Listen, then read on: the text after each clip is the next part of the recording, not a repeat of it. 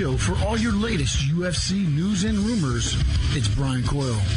It's Sean Stanley. It's the TFM Live podcast. And it's now. Has this air of invincibility mentally right now as well. Never more confident.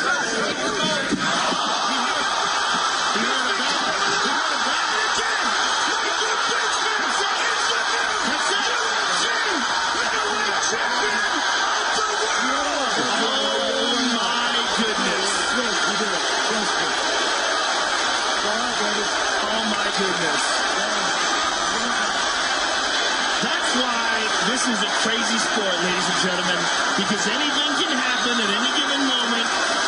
And at any given moment, you're sitting at home watching this, and you just go,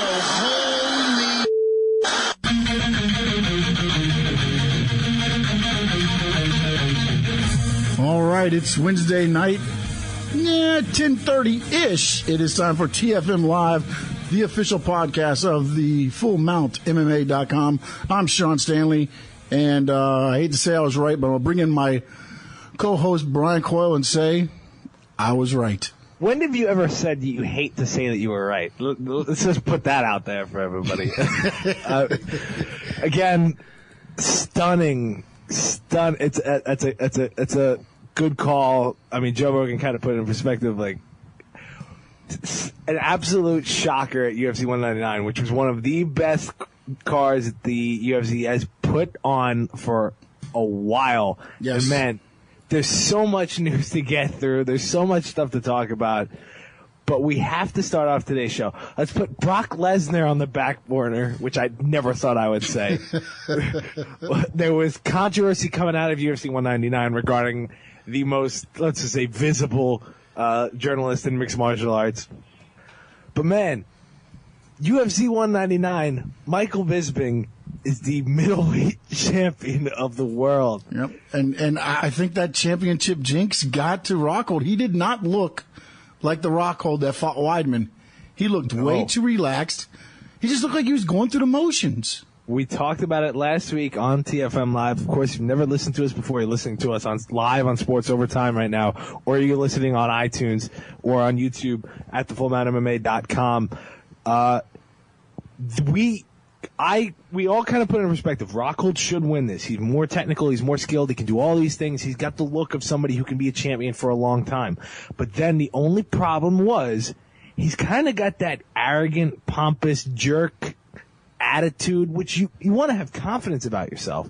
But he seemed to be overlooking Bisping, and Bisping, who's worked so hard to get here, who of course is a loudmouth, who was Conor McGregor before Conor McGregor was Conor McGregor. Yep. He's been in this sport in the UFC for 10 years. His first ever title shot on 2 weeks' notice, and we said he's not going to have the legs, even though his cardio is great, to go 5 rounds with a supreme athlete like Rockhold, despite his MCL tear. Yeah, we were right there. We were right on that. Yeah, we were right on that. And we said he needs to be able to catch him. And Bisping, who has never been known for the greatest knockout power in the world, man, he tagged him beautifully. And that was it. Yep. No, he totally put him up against the cage and put him down, man. I mean, it was like he went out for a good little couple seconds there, and I was like, when he landed that first punch and I saw Rockhold kind of stumble back, I was like, no way this is really going to happen. And that's, I might have said, yeah, I think Bisping's going to win. I don't think I really thought he was going to win. But, man, when he caught him, I was like, oh, he rocked him. And then he put him against the cage, and I was like, oh, no, this is over. Yeah. And sure enough, I was like, wow. Michael Bisping's own kid picked against him in the fight. Let's just put it on blast as it should, because as successful of a fighter, as good of a fighter, and so compact and so he's by the book brawler, Bisping, man. I still can't believe that happened. And I wrote a whole article for the fullmountmma.com that you check online. Basically, what's next for the UFC 199 winners, and I didn't think I'd be writing about Bisping being this guy. Doesn't that kind of put a little bit of a shake-up, too? Yeah. I mean, it's just like, whoa, okay, now what now? Now where? You know, I mean, it's like, Chris Weidman has to be shooting himself in the foot right now. Like, literally. Man, he's got to, like, that was a supreme opportunity where Rockhold just, I mean, I don't want to take anything away from Bisping, but that was not the Luke Rockhold that we've seen. And he just came in, his hubris was his downfall. Like, he was the archetype of every supervillain that we've ever seen. But that's been like the championship curse. It really has. They flipped from what got them to the belt to just, I don't know what happens. Like, they go numb. I don't know. They lose whatever. What happens? I don't understand. I don't get it. I mean, Rockhold all of us looked tentative. He didn't look like the guy that we.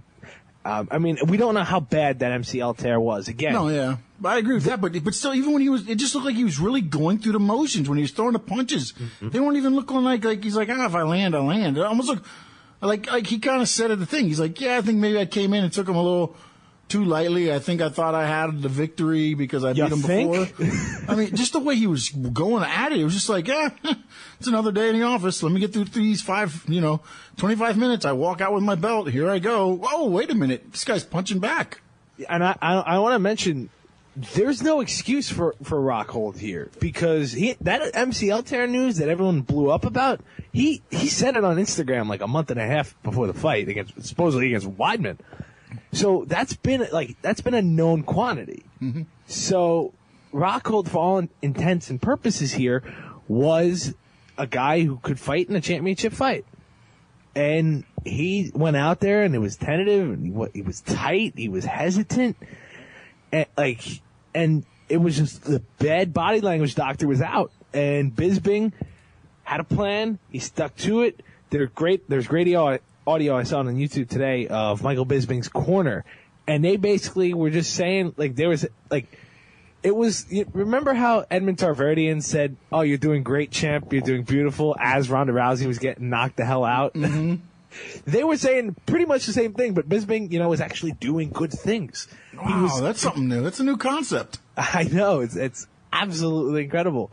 He was in his zone. He didn't overextend himself too much. He went for these little power punches and tried to throw into a combo, and then he nailed one of those power punches. And the greatest thing was, Bisping looked shocked that he tagged him. There was like a 1 second hesitancy after he hit him the first time. Like, oh my God, I got him.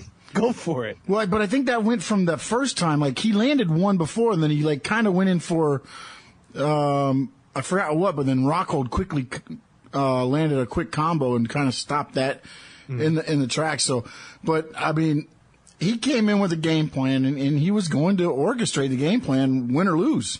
Yeah, I mean, it was great, and you gotta feel for the count. You gotta feel for Bisping because he's worked so hard to get here, and nobody, and you just heard the cage side audio. Nobody would have, everyone was happy for Bisping because he's been a guy who's worked his butt off and he's finally gotten to the top of the mountain. It was so funny when he first comes in. He's like, I want to be a peephole right now, but yeah, it was just great. It was just great. Yeah, he was as stunned as anybody. And then of course I want to mention that wasn't the only championship fight. As awesome as that was, Dominic Cruz, as I said on Twitter, you can follow me at bco11. There's your plug and SS Sports Dog for Sean. Yeah. Dominic Cruz did Dominic Cruz things. Yeah, that's all he did. I mean, he cruised right through that fight. Oh, I see what you did there. It was good. Yeah, well, you don't. It was good. As I mentioned in my article, the ghost of Uriah Faber is pretty much done. Oh, my God. Man, Faber, he can have some fun fights. With he needs to have the fun fights. He disappears in title fights, all right? That's all it is to it. It's bad in title fights in the UFC. It's like he couldn't do anything.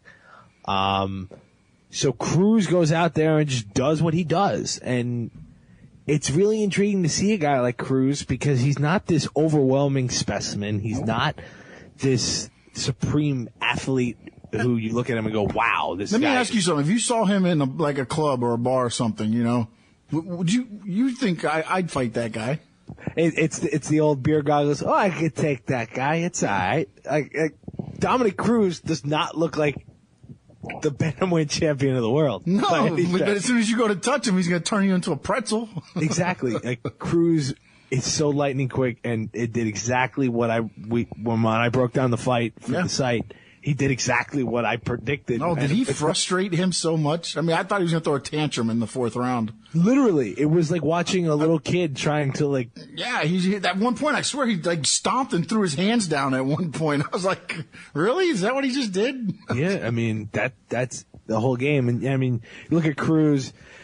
Bantamweight is a shark-infested waters right now, dude. I mean, Faber, all of a sudden, like, Faber gets a title shot, and you're like, well, I mean, is bantamweight that weak? No, all of a sudden, it's really tough. Dillashaw and Javier Sunsao fighting at UFC 200. Cody Garbrandt is undefeated after knocking out Thomas Almeida brutally, by the way. Brian Caraway beat Aljamain Sterling in a fight that I was pretty shocked that Sterling lost. How about the plug that old Faber threw for Dillashaw? No, for Garbrandt. Oh, Cody Garbrandt. Oh, yeah. Garbrandt. I'm sorry. I think Garbrandt. Yeah.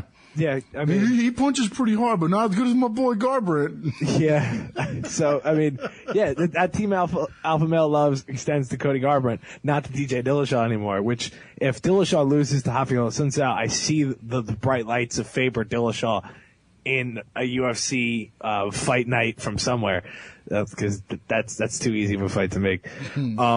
Brian Caraway thinks he deserves a title shot. I don't think he's there yet. I think Caraway Garbrandt would be great for a next fight. I think Cruz's next opponent at bantamweight is the winner of Dillashaw and Javier Sunsao. Can I send out a plea real quick? Sure. I mean, I think you're going to say what I want to be the thing, but go ahead. Oh, no. Well, Dana White, please listen to Holloway and just give him a pay-per-view or something, a fight night or something in Hawaii, please. I'm just tired of hearing about it. I really am. Every pay-per-view that he's on, it's, hey, Hawaii, UFC Hawaii. Just give him something in Hawaii, please. I mean, if BJ Penn doesn't get suspended again for PEDs, maybe you can book that. Something. Just give that guy a fight. He's earned it. Give him something. I mean, and Holloway we'll get to in just a second. 9 straight wins. Like, that's insane. John Lineker, John Dodson are also at 135, by the way. Yeah. So those guys want to stake a claim for it. I want him to fight Mighty Mouse. That probably won't happen for a little while. Mighty Mouse is a little busy. Yeah, he's got Wilson Heiss at 201, which probably he'll run circles around him, and then he'll fight the winner. I don't know how busy he is, but he's got some fights coming up. As you mentioned, Max Holloway beats Ricardo Lamas. Holloway, again, looking great. Man, if he had a bigger name, he'd be fighting for the title at featherweight. But this Conor McGregor guy is kind of busy with a pipe dream at 170 at the moment. Yeah. Aldo and Frankie Edgar are fighting for the interim belt at 200. There's a major name dropping down to 145. Dan Henderson. I mean, I don't know. Just gets better. He's like a fine wine. Dude, I mean, what? I didn't want Henderson fighting anymore, but that elbow that he threw that knocked out. Oh, my God. Oh. Wow. By the way, Henderson, 800 grand disclosed payment for UFC 199. Good for him, man. Yeah, man. That's you said, this may be my way to go out, man. That's all. If that is your last fight and you decide that is how I want to go out, honestly, I'd probably take that fight as my out fight right now too. Yeah, I mean, that was the last on a very, very lucrative contract apparently for Hendo. And Dustin Poirier beats Bobby Green. I could see him. He looks much better on 55 than he did at 145. The Diamond, I think, could get Beneil Dariush, Michael Johnson. So this is the UFC 199 was a really fun card. And it got upstaged a little bit. We'll talk about that later in the show. It got upstaged by 2 announcements. I mean, yeah. When you announce that freaking Brock Lesnar is back, which I have so many things to say about it, I'll hold on to them. And then you announce Conor McGregor's next fight. It's surprising that they did it all in one shot, but man, I don't think they thought the main event was going to go down the way it did. I don't think so either. I think they thought it was going to be okay. Cruz is going to run circles around Faber. That happened, and then Rockhold was going to come out and take care of Bisping rather quickly. Yeah. But then you make those big announcements, so everybody leaves happy. Yeah. And everybody was going to leave happy regardless after what happened in that main event, but you added to it. That's true. There's so much stuff we have to get to on today's show. Again, if you've never heard us, fullmountmma.com, we're our website. We have our own podcast, TFM Live. You can visit the website for all your UFC news and rumors, on Twitter at the Full Mount. But I wanted to talk about one thing before we go to break here. It really, really sad news a couple nights ago.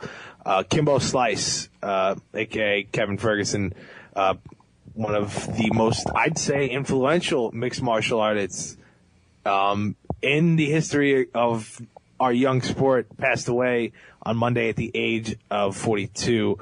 And I know, Sean, being a South Florida guy, I'm guessing you knew more about Kimbo than the rest of the world did before we saw him on Elite XC, on CBS, before he became this major draw, this larger-than-life personality coming from these street fighting YouTube videos. Everything I've heard about him was he was a terrific human being. What are your thoughts?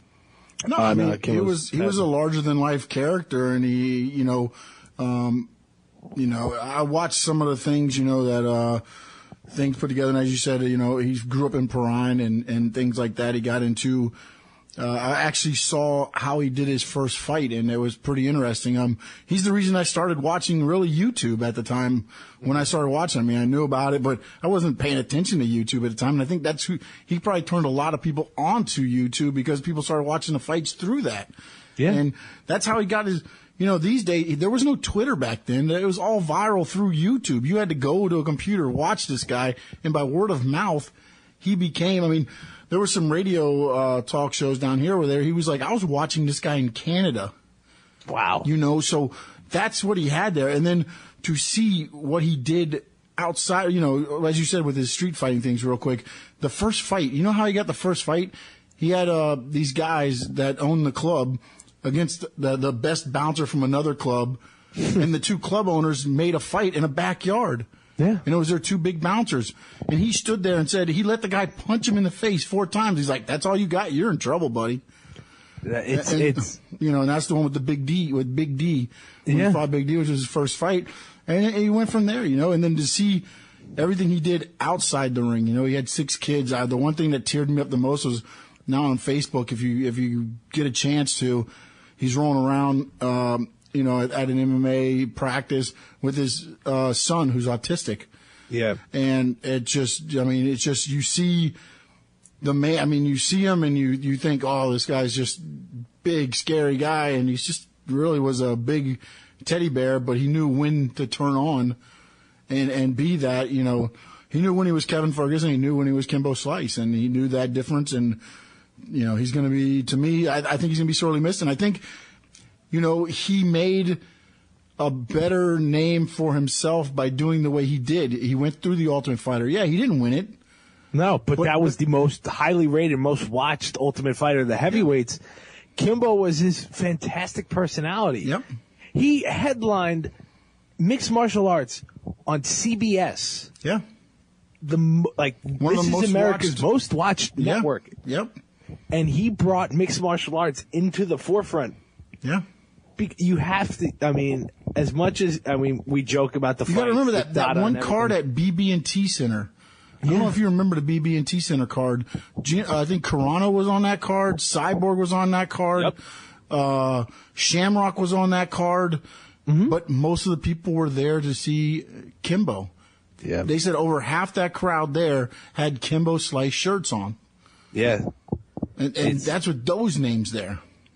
Yeah, he took a loss that night, but they were there to see him. That's what he brought to, and they said his MMA record was 6-2, and I thought he lost more than that, but not anything to it. Just the fact that he got there and got those victories, and and I remember they were interviewing some people. I watched this ESPN thing, and it was like Tito Ortiz, and then way before he got to Elite XC and everything, where they were like, this is just a publicity train. He's never going to make it. He's going to come in and this and that. And then they interviewed him, recently, and they're like, no, he changed the way I look at him by everything he did. That's what he did. He tried to learn the thing. Did he become the best mixed martial artist? By no means. But he knew how to get the respect, and he got that respect. And I think that's one of the biggest things that you can say about it. Absolutely. Our thoughts and prayers go out to the family of Kevin Ferguson, Kimbo Slice, and to everyone who knew him. It's a really, really sad story, and it's just real. It's so weird, and especially in contact sports like this when we lose someone way too soon. So rest in peace, Kimbo. We're gonna take a quick break. When we come back, we've got plenty more to talk about here on TFM Live, the official podcast of the FullMountMMA.com.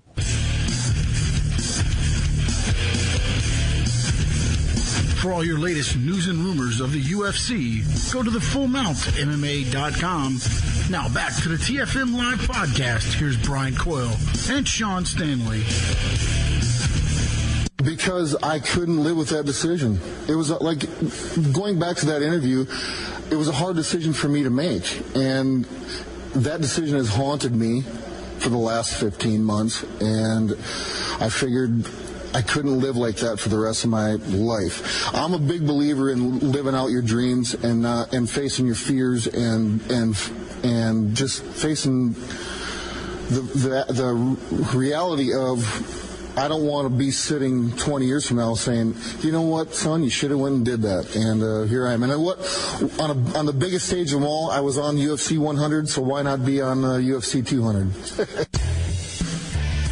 And there he is in his own words, Brock Lesnar, on why he will be returning at UFC 200. The announcement made at UFC 199. Sean Stanley, Brian Coyle back with you. It is the TFM Live podcast sponsored by the FullMountMMA.com. And Brian, I guess your thoughts a little bit of when you first heard the announcement.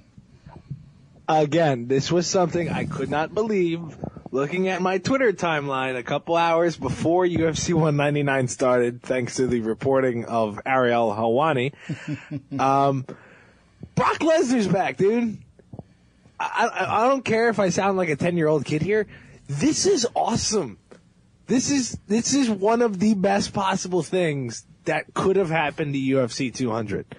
Because Lesnar, of course, being bigger than he's the biggest draw that the WWE has. He was the biggest draw previous to Conor McGregor for the UFC.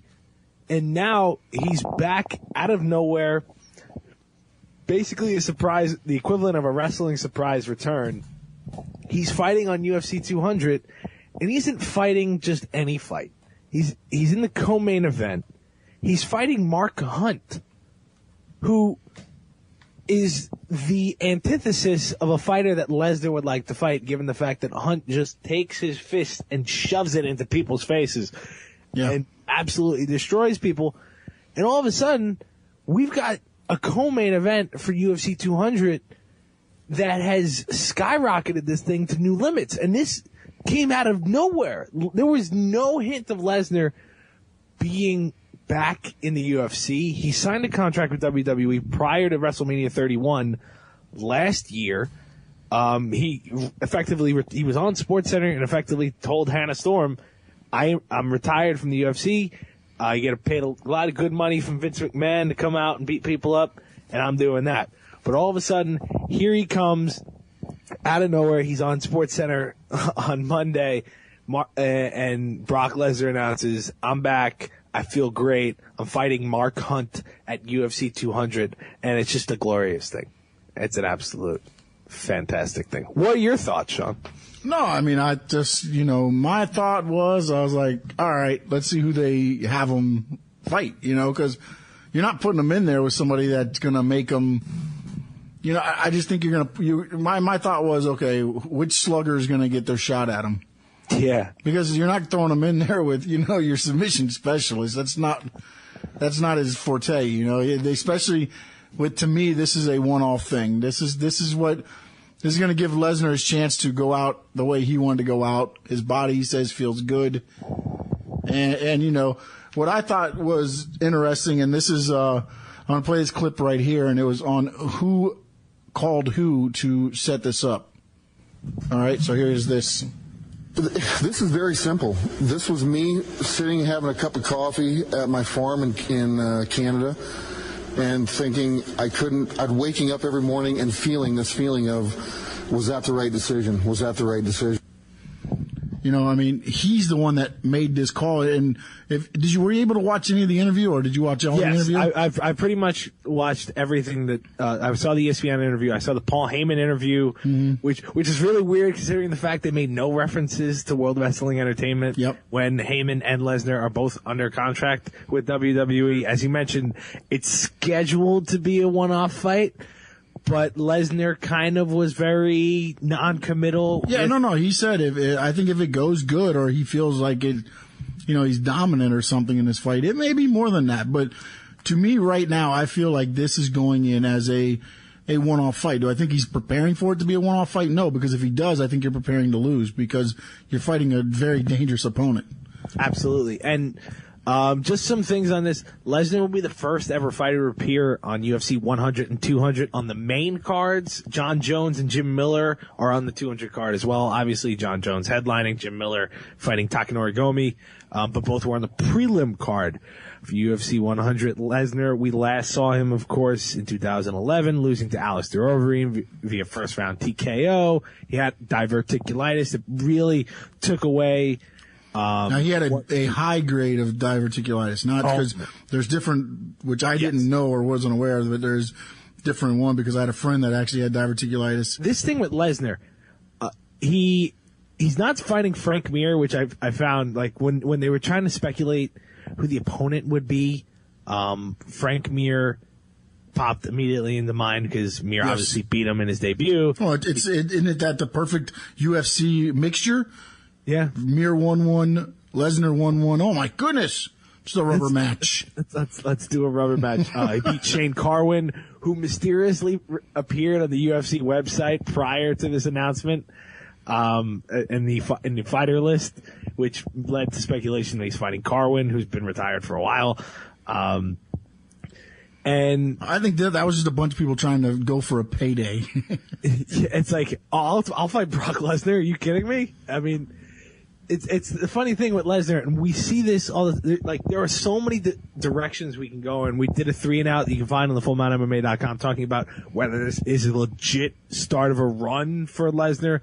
I basically fantasy booked his way to a title. I think Mark Hunt beats him, but there is a scenario in which Lesnar could end up actually being in a spot to fight for a title probably next year if he wants to. The way wow. There are the way the UFC's giving out title shots and the way heavyweight is, especially, I could see him beating Hunt and then all of a sudden beating somebody else. And I can see him getting a shot before Overeem.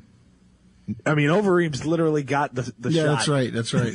So, but again, you say that jokingly, but, you know, it's never too crazy. Somebody will get hurt before that fight happens. Who knows? It's in Cleveland, and supposedly the Cavs are winning right now, so maybe that is 100% right. I totally forgot. You know what? No, that was my fault. I wasn't even trying to be funny. I totally forgot. Miocic won the belt. It goes to show how much of an impact. UFC Cleveland. I already wiped that off the map. I'm like, Cleveland, what? Yeah, well, I mean, people still haven't, like, when you go through all these graphics on TV shows, including ones I've worked on, there's no acknowledgement of Stipe Miocic bringing a title back to Cleveland yet, so you wouldn't be the first person to do that. But it opens up a whole can of worms here between the relationship between WWE and the UFC, and I think that's an interesting topic to kind of do a deep dive into. Can I tell you rumors I've heard and from pretty okay sources, and I think you've probably seen some of them online, but I believe they might have gotten a 2-for-1 deal on this. Oh, a 2-for-1. See, I know where you're going with this, and we're just diving into this Lesnar news because honestly, it's bigger than this was the crazy thing to me before we get into 2 possible people that may end up on the WWE side as a loner, if you will.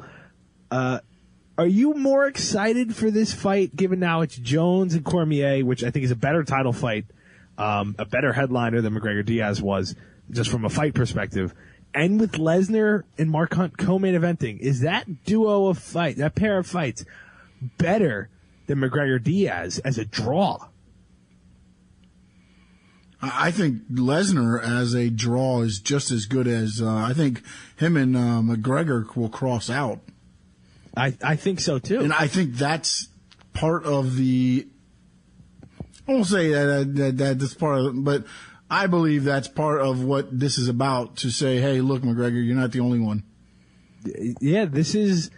Because, I mean, Lesnar was granted a USADA exemption today by the UFC. Well, because he wouldn't have had the opportunity to actually do the full thing anyways, correct? I mean, exactly. That's how I read it anyways. I don't know if that's just the way they tried to make it seem so or whatever, but. There's two ways of looking at this.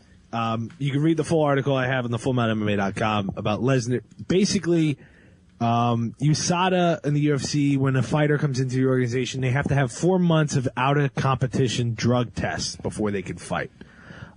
With the exception, there's a clause in there that the UFC can grant a special exemption to any fighter they see fit that either cannot physically make that 4 month requirement because they came in for a special occasion or a special attraction fight or whatever, or they can just do whatever the hell they want. Which was basically the skeptic look at that fight, because the UFC is contracted to USADA. Remember, they have USADA do all the drug testing. It's not USADA holds reign over the UFC when it comes to this stuff. So basically, Lesnar, because 3 months ago he may have called Dana White, but he wouldn't have been able to fight on 200 if this period wasn't waived. So he immediately enters the USADA drug testing program. He was actually supposedly, according to Kevin Iole of Yahoo Sports, drug tested today. So Lesnar now all of a sudden can be randomly drug tested at any time until his retirement.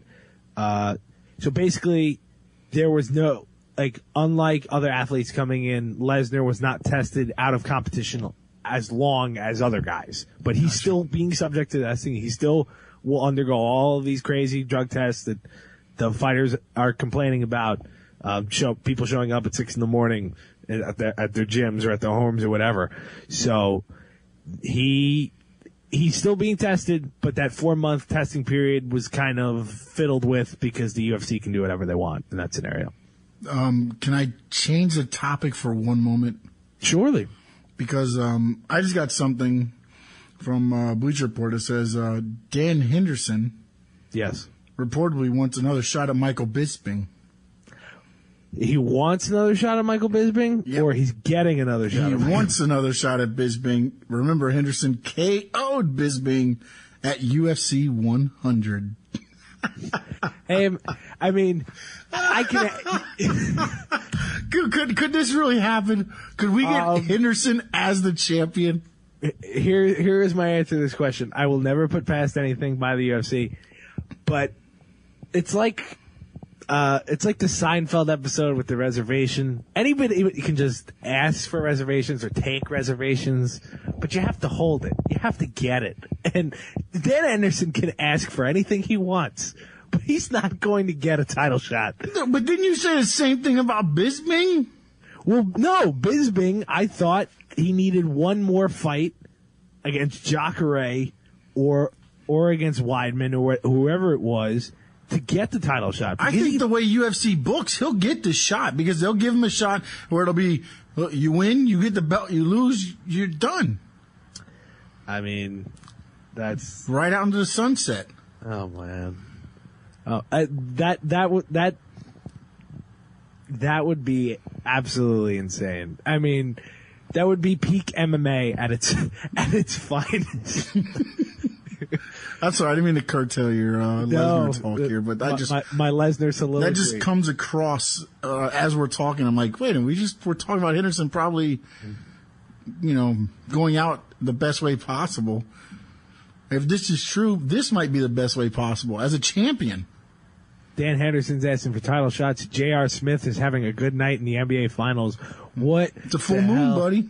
Is going on, man? I don't get it.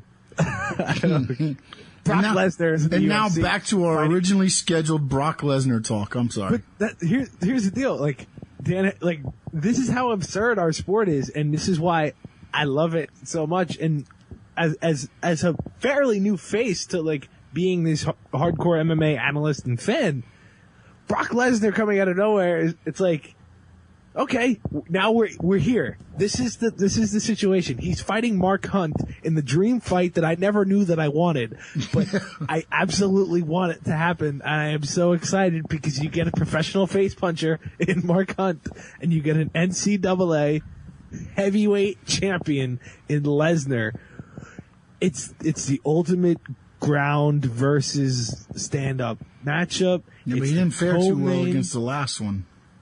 Lesnar's got a weak chin, which is insane for one of the most intimidating human beings on the face of this earth. We say weak chin, but you gotta remember, he got hit like with a triple combo from Alistair Overeem. I know that. And Overeem's got what, like a size 22 fist? Probably. We're like, oh, weak chin. Not many people that's been hit by Overeem is really... That's the thing. Relatively speaking, he has a weak chin, and Lesnar doesn't like getting hit in the face. It's just the way he fights. And I joked on Twitter, and friend of the show Alex Dono retweeted me on this one. He doesn't even getting hit by scripted punches in the face. So it's just one of those things that Lesnar gets really mad when people punch him in the face. I mean, nobody likes getting punched in the face, but Brock Lesnar hates it more than anybody in this world. He hates it more than a lot of others. Yeah. But this is the whole crazy situation here. And let's dive deep into the other part here. You mentioned it. There may be a swap between WWE and the UFC, Vince McMahon and Dana White doing business. What are the reports that you saw? Fox Sports, I believe, is the first one to break this here. And here's the two names that I got going is one will actually appear possibly at SummerSlam, and that is the young lady fresh off Dancing with the Stars, Paige Van Zandt. Okay. Then at WrestleMania, you can pencil in Ronda Rousey being in the ring. Okay.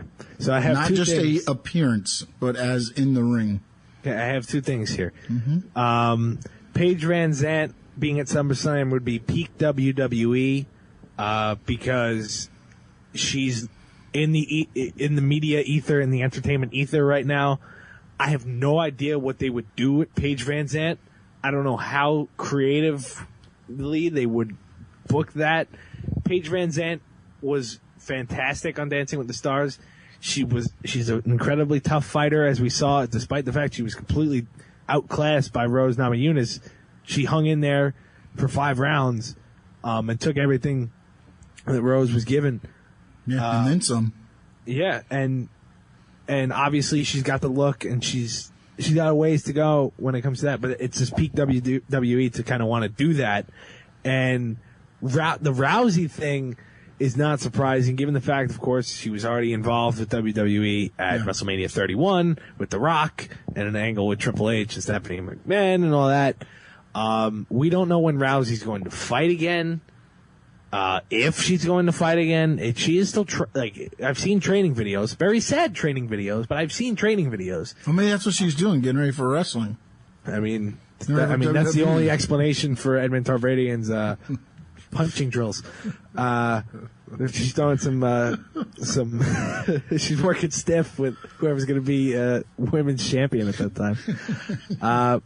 Poor Charlotte. But this is a crazy little thing, because the amount of times we've compared Vince McMahon and Dana White and how wrestling has its ways to navigate into the UFC, and it all kind of stems from one of the greatest of all time, who passed away over the weekend as well, Muhammad Ali, because there was a great article. Inoki.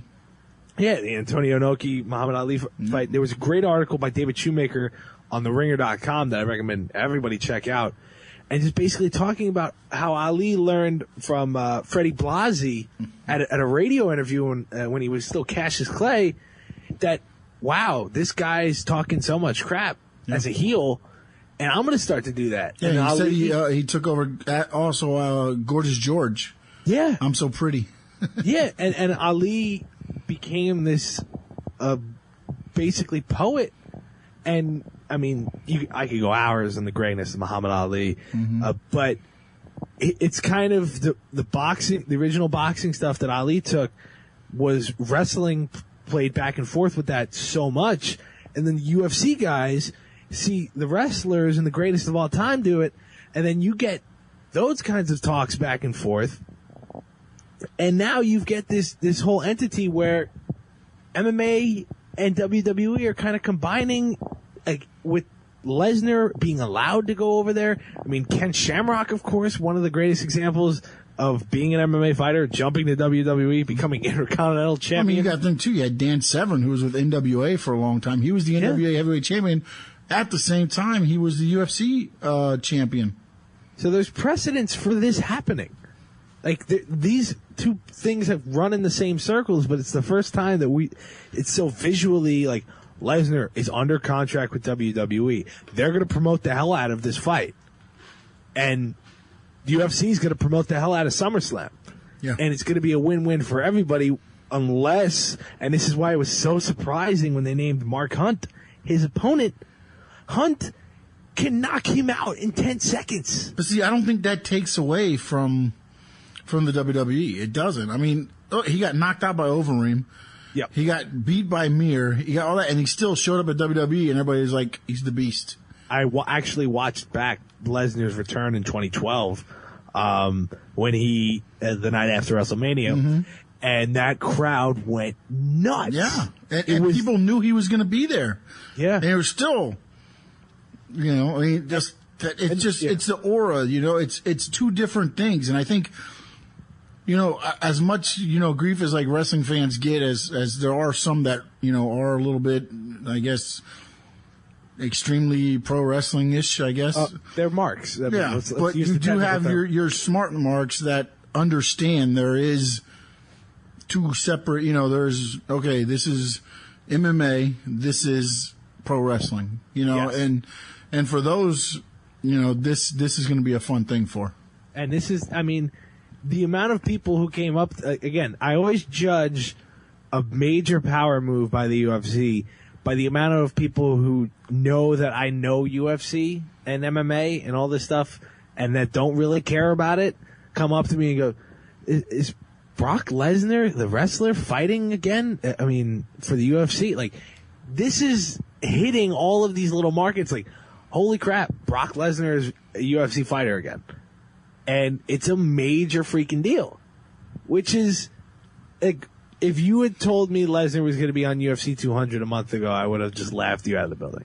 Yeah. I mean, there were always rumors and all this kind of stuff. Brett Okamoto of ESPN, who does a great job, literally asked Dana White on Friday night, is Brock Lesnar in the plans for 200? And Dana White said, hell no. Yeah, And then no Saturday way. night, Helwani breaks it, gets thrown out in a whole other story we'll talk about in a little bit. And they break the news that Lesnar is going to be back in the UFC. I'm excited, and I'm going to be talking about it. I'm going to do full breakdowns of this fight because the next big thing is still a big thing. Yeah.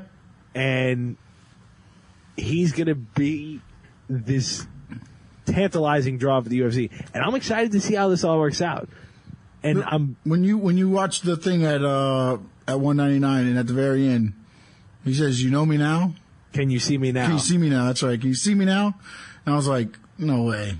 I got goosebumps. Man, And- I was like, "There's no way." I was walking to get a drink because I'm like, "All right, cool." Break and go get a drink, and I'm like, "Wait, what?" Yes, this is one of those things that, as an analyst, I mean, you want to be objective and you want to break these down objectively, as we always do. But in our roles as analysts, when we talk about this stuff, it's okay to have, like, when you have those moments where it's like, oh my God, look, this is exciting, and you kind of get like a little kid again. That was what Brock Lesnar brings. It brings this kind of excitement to UFC 200, which is already a fantastic card, the greatest on paper, please no one get hurt, the greatest MMA card in history. TJ Dillashaw could be on the prelims. Cain Velasquez could be on the prelim. We don't know the fight order yet. Can you say Fight Pass? That's what I'm saying. Like this is. They will put them on Fight Pass to get people to buy that thing. You know they will, right? Of course they will. Of course, that's right. Though. I got the Fight Pass. I watched the fights. Yeah, that's what you got to do. So 200 is going to be awesome. Lesnar versus Hunt is going to be amazing. I'm very excited for that. I'm putting this out this right now. As much as I see him like a mark for Lesnar, I'm picking Hunt to win that fight. So if you want to come at me on Twitter, go for it. I'd love to have a creative discussion about Brock Lesnar's return. Sean, there was some other news to come out of UFC 199. What? Really? What else? Yeah. Oh yeah. Conor McGregor is going to fight at UFC 202 against Nate Diaz. Yeah, that's kind of a big thing. Yeah, that kind of got buried under the Lesnar news. Yeah. Announced at the same time. It was funny because both those announcements got buried under some things. Oh yeah. Do you want to talk about that first? Well, I just think that it's funny that took over so much of that, and I think that's why we got the situation rectified as quickly as we did. Because I don't think they thought it was going to go the way I don't think UFC thought it was going to go the way it went. Of course, you're referencing the fact that Ariel Helwani, of course, of MMAfighting.com, one of the most visible MMA journalists out there, and I use the term journalist because that's the way that's the way he's been labeled and lower third on every single TV. He had a really introspective, and I thought pure honesty. You don't see that a lot in just based in the media about what happened. Helwani reported that Brock Lesnar would be returning a couple hours later. He was called into the back, as he described. I recommend this because I'm basically paraphrasing the whole MMA hour from this week. Basically said, "You're gone." UFC PR staff brought him to the back, including his videographer and his photographer, and Esther Lynn, Casey Layden from MMA Fighting, and basically said, "Yeah, you guys are gone. You're banned for life." For basically doing his job and reporting on it. And the UFC didn't take kindly to the fact they didn't clear it with him. And we can get it. I mean, I don't want to get into a whole journalistic ethics sort of thing, because there's plenty of people that can explain that whole thing to you. If you really want to do a deep dive, if you want to watch Helwani's whole big story on the MMA hour. But what the UFC did here was not cool at all. Ejecting Helwani for doing his job and reporting the news. They have to understand that while they have complete control of everything they want to do and they want to control the message, they have to understand that this is only a good thing for their sport. It basically shows how recognizable they are, that they're having reporters full time following them, just like the NBA, just like the NFL, where of course they're going to want to break news. And it doesn't take the wind out of the sails that Brock Lesnar is going to fight at UFC 199 if people didn't see it in the little trailer at the end, because the people on Twitter that see it are the people on Twitter. Not everyone's addicted to social media and seeing this and going on the internet.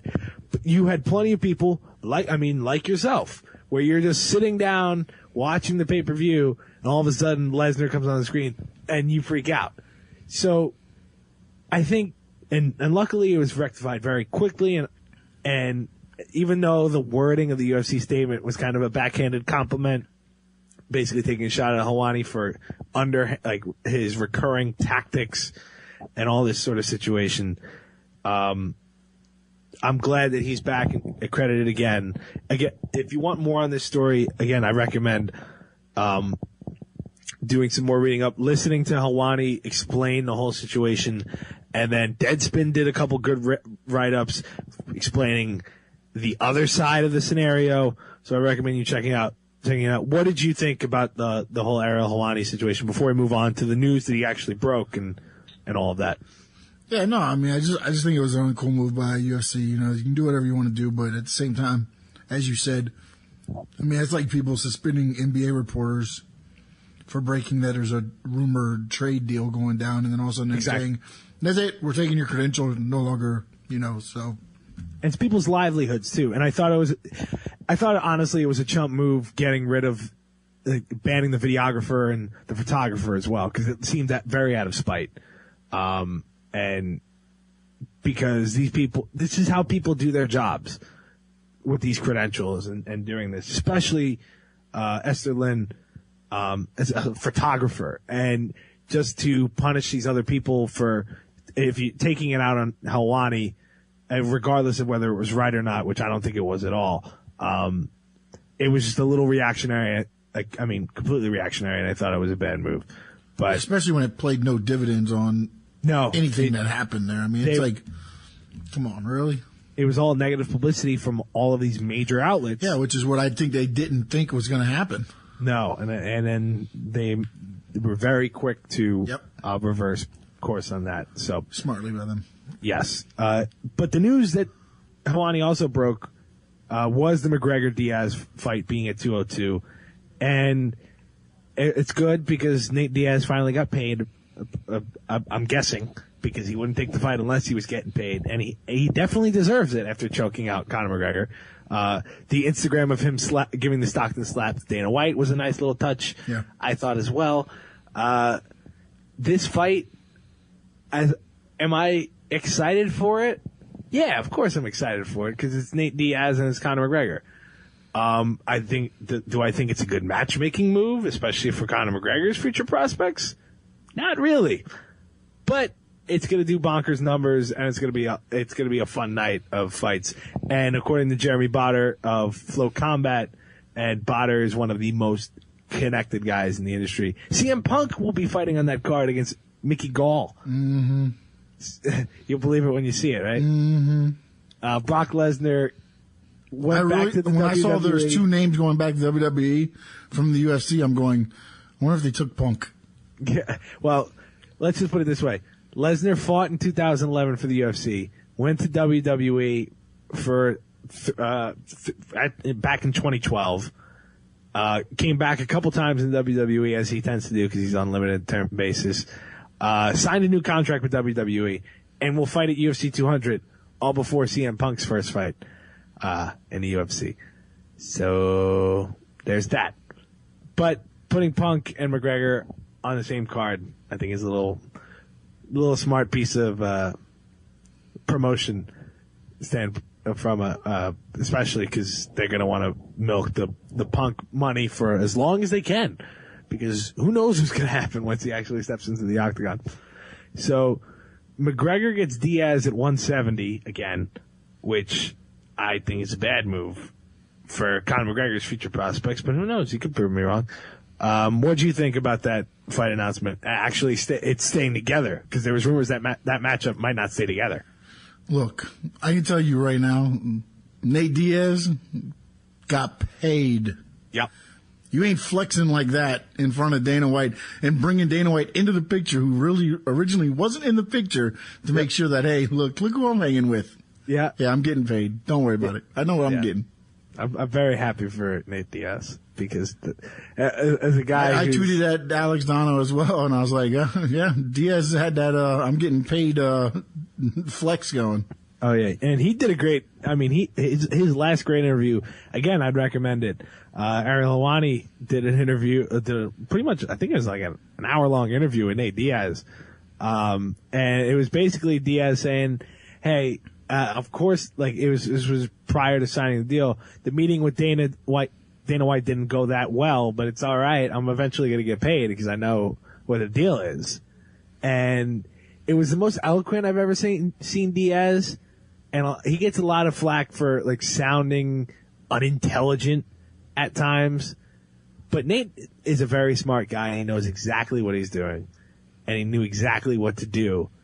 And I think he's going to go out there and make himself some more money at UFC 202. And I think Conor McGregor is going to have to realize that 170 is not the division he's looking for. Also, because Robbie Lawler said he would take his soul today on local news in Georgia, I think.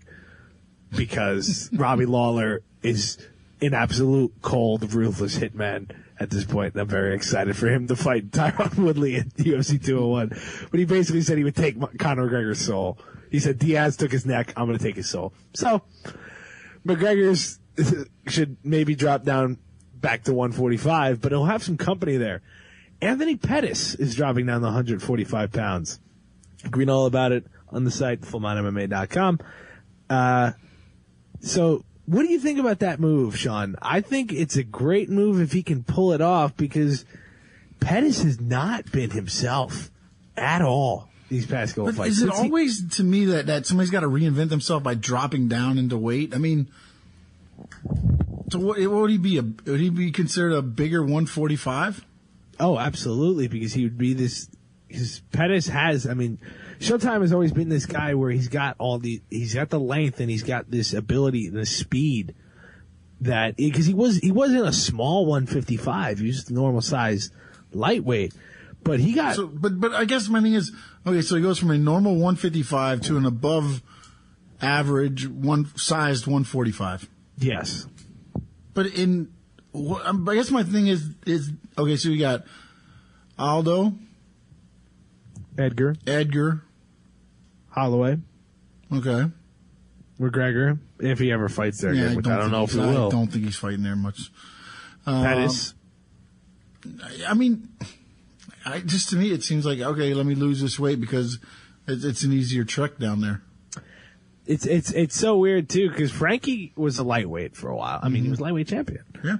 So and lightweight is the most devastating division to me in the UFC. So I think it's a smart move by Pettis getting out of there.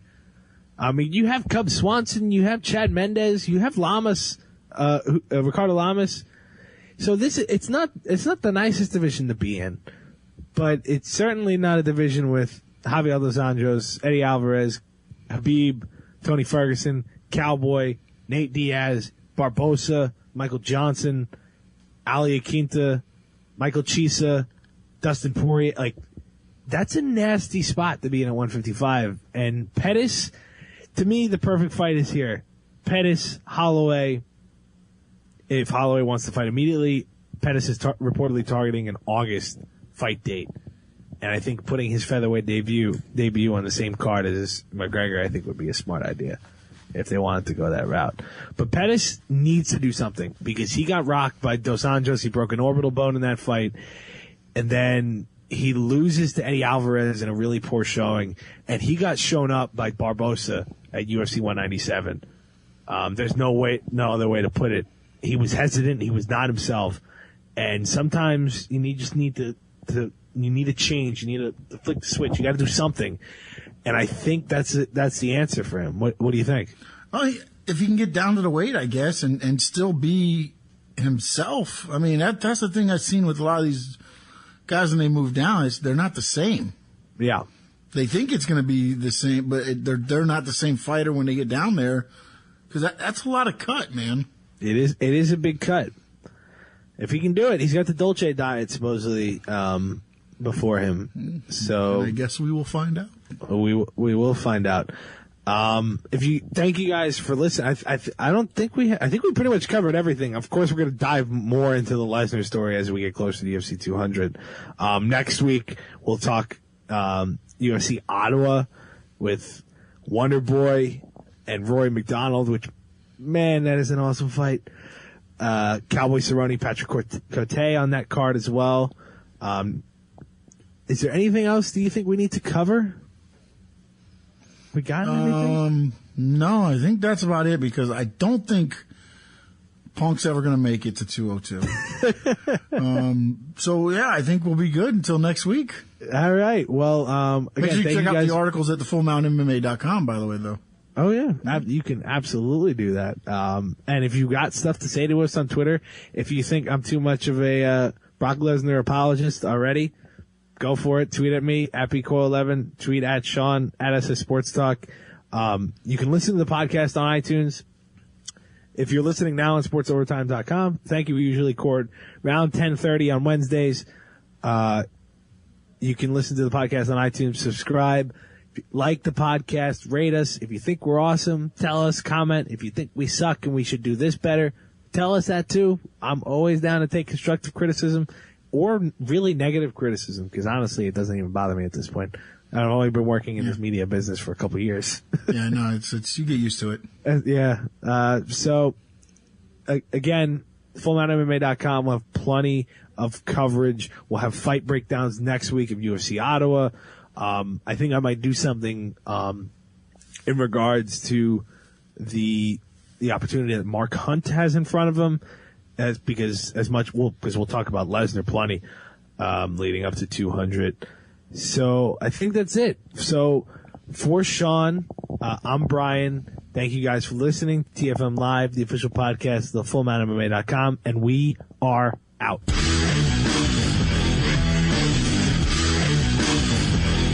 TFM Live podcast is brought to you by TheFullMountMMA.com. Check us out on Twitter @TheFullMount.